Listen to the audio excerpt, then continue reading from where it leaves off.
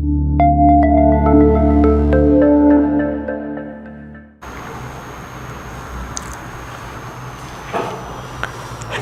મિત્રો, આ વિડીયોની અંદર આપણે ઇન્ટરનેટ વિશે એમસીક્યુ પ્રશ્નો જોઈશું। તો પહેલું જ છે મિત્રો, ઇન્ટરનેટ શું છે? તો ઇન્ટરનેટ એટલે મિત્રો શું? તો વૈશ્વિક નેટવર્કનું એક સંકલન જેને ઇન્ટરનેટ કહેવામાં આવે છે। ઇન્ટરનેટ એટલે બધા જ જે કનેક્ટ થયેલા નેટવર્ક જે છે એ એકબીજા સાથે ડેટાનું શું કરશે? આપ-લે કરશે। ઇન્ટરનેટ એટલે ઇન્ટ્રાનેટ જે છે મિત્રો અને ઇન્ટરનેટ જે થોડુંક અલગ છે, બરાબર છે? તો ઇન્ટરનેટ શું છે મિત્રો? તો વૈશ્વિક નેટવર્કનું એક સંકલન છે। www નો અર્થ શું થાય મિત્રો? તો વર્લ્ડ વાઇડ વેબ। URL નો અર્થ તો uniform resource locator, uniform resource locator. આ બધા જ પ્રશ્નો પૂછાઈ ચૂક્યા છે।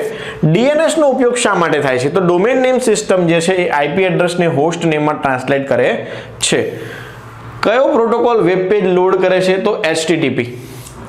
ઇન્ટરનેટ સેવા પ્રદાતા એટલે કે જે ISP જે છે નો મુખ્ય કાર્ય શું છે? હવે ISP એટલે કોણ?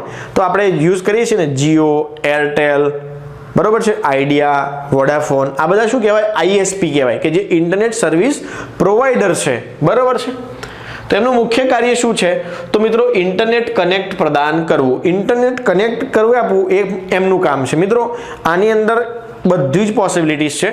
જે વ્યક્તિઓ એટલે કે ISP તમને ઇન્ટરનેટ આપતી હોય ને એ લોકો અમુક વેબસાઇટને બ્લોક પણ કરી શકે છે કે તમે એ વેબસાઇટ એક્સેસ કરી શકશો નહીં। IP એડ્રેસ શું છે? તો IP એડ્રેસ એ છે મિત્રો ઇન્ટરનેટ પર મશીનોને ઓળખવા માટે લોજિકલ એડ્રેસ છે। કયા ફાઇલ ટ્રાન્સફર પ્રોટોકોલનો ઉપયોગ ઇન્ટરનેટ પર ફાઇલ ટ્રાન્સફર માટે થાય છે? તો FTP ફાઇલ ટ્રાન્સફર।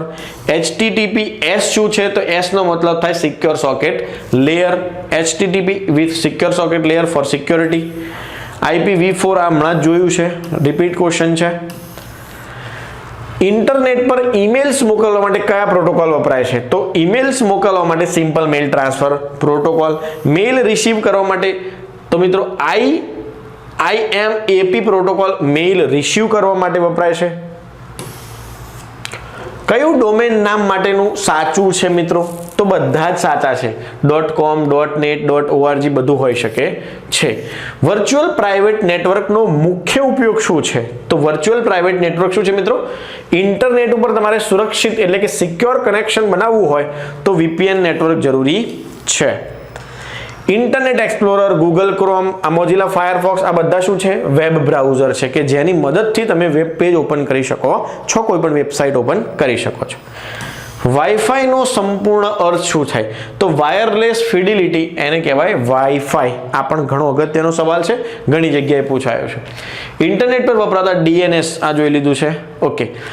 કયું IP એડ્રેસ કોઈ પણ વેબસાઇટને ખોલવા માટે જરૂરી છે? તો IP એડ્રેસ। જ્યાં સુધી તમારી પાસે IP એડ્રેસ ન હોય ત્યાં સુધી તમે કોઈ પણ વેબસાઇટ ખોલી શકો નહીં। જેમ કે આપણે કહીએ www.google.com, પણ બેકએન્ડ સાઇડ એનું IP એડ્રેસ જુદું હોય, બરાબર છે? એ આપણું કામ નથી, એ DNS નું કામ છે કે મર્જ કરી રાખવું। ઇન્ટરનેટ સર્વિસ પ્રોવાઈડર, ઓકે, આ રિપીટ ક્વેશ્ચન જ છે। તો આ ઇન્ટરનેટના અગત્યના પ્રશ્નો છે। બાકી હવે ઈમેલ અને વેબ બ્રાઉઝરના પ્રશ્નો જે છે આપણે નેક્સ્ટ વિડીયોમાં ચર્ચા કરી લઈએ।